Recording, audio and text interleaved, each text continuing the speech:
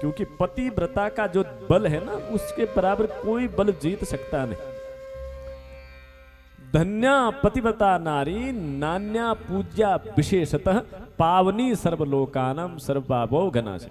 कहते हैं गंगा जमुना के जल में स्नान करने पर ही पावन हुआ जा सकता है, लेकिन कोई पतिव्रता स्त्री किसी व्यक्ति को देख भी ले तो उसके जन्म जन्मांतर के पाप भी नष्ट हो जाते हैं। और गंगा तो भगवान के शंकर के सिर से लेकर के धरती पर पूजित होती है, लेकिन पतिव्रता नारी की पूजा तीनों लोक में होती है, तीनों लोक में होती है। पति भक्ति के आदर्श को स्वरूप कर जो होता है उसके बराबर बल किसी में नहीं होता, किसी में नहीं होता। अनुसुईया का यही बल था। ब्रह्मा विष्णु महेश तीनों को बौना बना करके बच्चे बना करके पलने में झुला दिए महाराज, ये पतिव्रता का बल होता है। कहती हैं कि एक रूपा भवित पुण्या शपस्तु च विपत्सु च विकृतिम स्वात्मनः क्वापि न कुर्यात् धैर्य धारिणी। पति कभी भी संकट में हो, पति कभी रोगी हो, पति कभी अभ्युदय में हो, परिस्थिति प्रतिकूल अवस्था में हो, पतिव्रता स्त्री को कभी भी अपने पति का साथ छोड़ना नहीं चाहिए। जो दुख में पति का साथ छोड़ देती है ऐसी स्त्री को कुलटा कहा जाता है। उसको तीनों लोक में कहीं भी जगह मिलती नहीं, वो नरक में भी उसको जगह मिलती नहीं। और पतिव्रता स्त्री के लिए अपने पति से बढ़कर कोई दूसरा देवता नहीं होता। आराध्य भी उस पत्नी के लिए पति ही होता है, और उस पत्नी के लिए गुरु भी पति ही होता है, परमेश्वर भी पति ही होता है, देवता भी पति होता है। भर्ता देवो गुरुर्भर्ता धर्म तीर्थम व्रतानि च तस्मात् सर्वं परित्यज्यं पतिमेकं समर्चयेत्। पतिव्रता स्त्री को पति की सेवा में ही ईश्वर की आराधना, तीर्थ सेवन, व्रत जप मानना चाहिए। इसीलिए जिस घर में पतिव्रता स्त्री रहती है, बोले सारे धर्म सारे तीर्थ सब कुछ वहीं आ जाते हैं। इसीलिए हे पुत्री, मैना कहती है पुत्री तुम महादेव की सेवा कैसे करना, बोले महादेव को सर्वस्व समझ करके तन मन धन से भगवान शंकर की सेवा करना, क्योंकि तुम शंकर की सेवा करोगी तो उसमें हमारा कुल भी पवित्र हो जाएगा, तुम्हारा जीवन भी पवित्र हो जाएगा। एक स्त्री कोई पतिव्रता रहती है तो वो 3 परिवारों के कुलों को तारती है। कितने? 3 परिवारों के। साधन्या जननी लोके सधन्य जनको पिता धन्य सच पतिर्यस्य गृहे देवी पतिव्रता।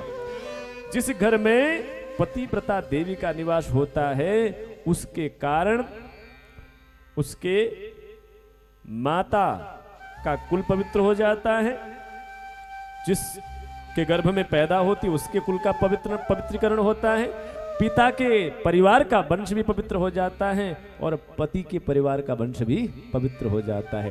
3 कुलों को तारने का धर्म एक पतिव्रता स्त्री को जाता है। इतना बड़ा धर्म कहा गया। पतिव्रता स्त्री पितृवंश्याम मातृवंश्याम पतिवंशांश्चाश्रय, पिता का वंश तारती है, अपने माता के परिवार का वंश तारती हैं और अपने पति के भी 3 पीढ़ियों के वंशों का उद्धार करती है, केवल एक पतिव्रता। इतना बल है पतिव्रता में। वस्तुतः जहां स्त्री के जीवन में पति का महत्व है वहां पति के जीवन में स्त्री का भी महत्व है। ऐसा नहीं कि केवल पत्नी ही पत्नी की जिम्मेदारी है। यदि पत्नी पतिव्रता बन के रहे तो पति को भी पत्नीव्रता बन के रहना चाहिए। ऐसा नहीं कि पत्नी ही पत्नीव्रता करें और पति जो है गुलछर्रे उड़ाता रहे, इधर उधर खूब घूमता रहे, बेबिचारी बनकर। बेबिचारी पति के वंश ऐसे तरने वाला नहीं है, उभय के लिए है।